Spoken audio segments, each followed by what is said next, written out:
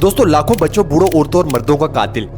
ICC ने humanity crime के case में इसके खिलाफ अरेस्ट वारंट निकाले, जिसमें लगभग 124 कंट्रीज के साइन हैं। ईरान पर हमला, लबनान, शाम और यमन पर अटैक, और इन सब के पीछे छुपा ये असल चेहरा। अक्टूबर 2019 में नेतन्याहू पर इजराइल की तरफ से करप्शन, फ्रॉड और चोरी के कई केसेस दर्ज किए गए, जिनमें 1000, 2000 और 4000 शामिल थे। नेतन्याहू और इनकी वाइफ ने पॉलिटिकल फेवर देने के बदले लगभग $1,92,000 के गिफ्ट्स लिए।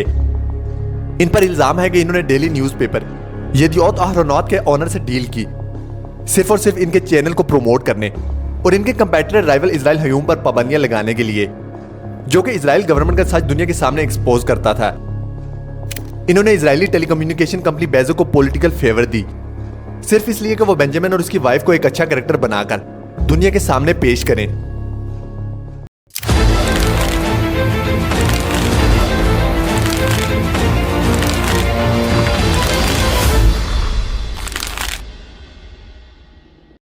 दोस्तों, नेतन्याहू इजराइल के सबसे लॉन्गेस्ट सर्विंग प्राइम मिनिस्टर हैं। ये लगभग 17 साल इजराइल के प्राइम मिनिस्टर रहे और अभी भी इजराइल के प्रेजेंट प्राइम मिनिस्टर हैं।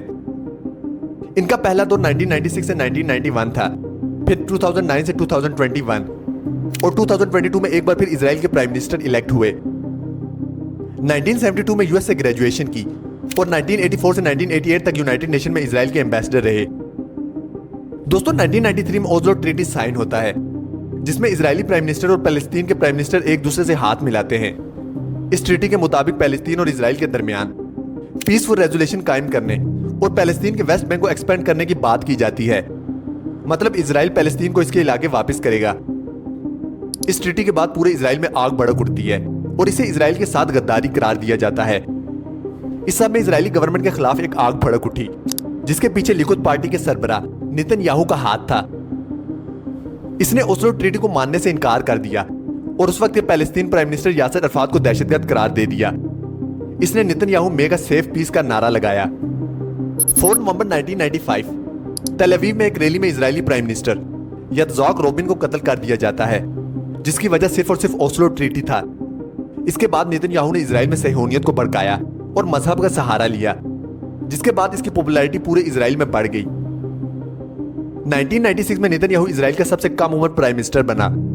इसने आते ही अमन के तमाम रास्ते बंद कर दिए, फलस्तीन के साथ मुज़ाकरात रोक दिए, इजराइल आर्मी को मगरबी फलस्तीन से ना निकालने की धमकी दी।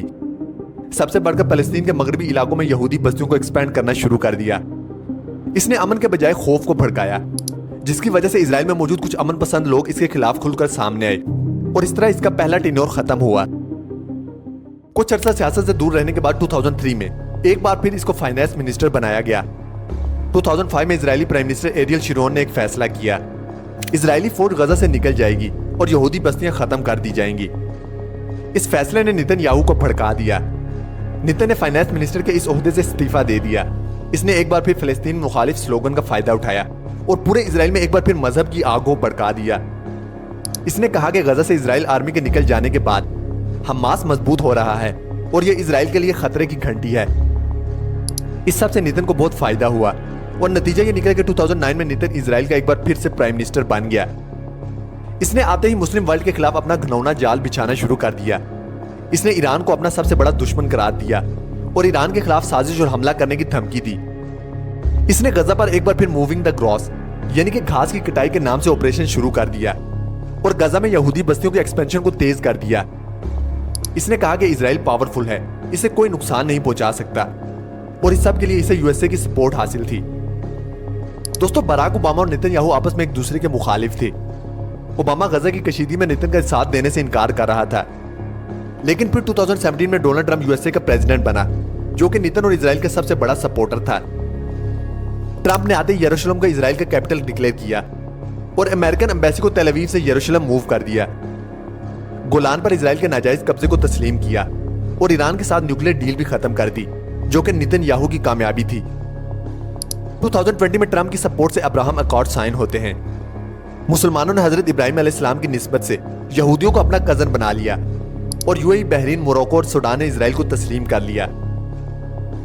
2021 में इस पर इजराइल में लगे इल्जामात ने इसकी पोजीशन कमजोर कर दी।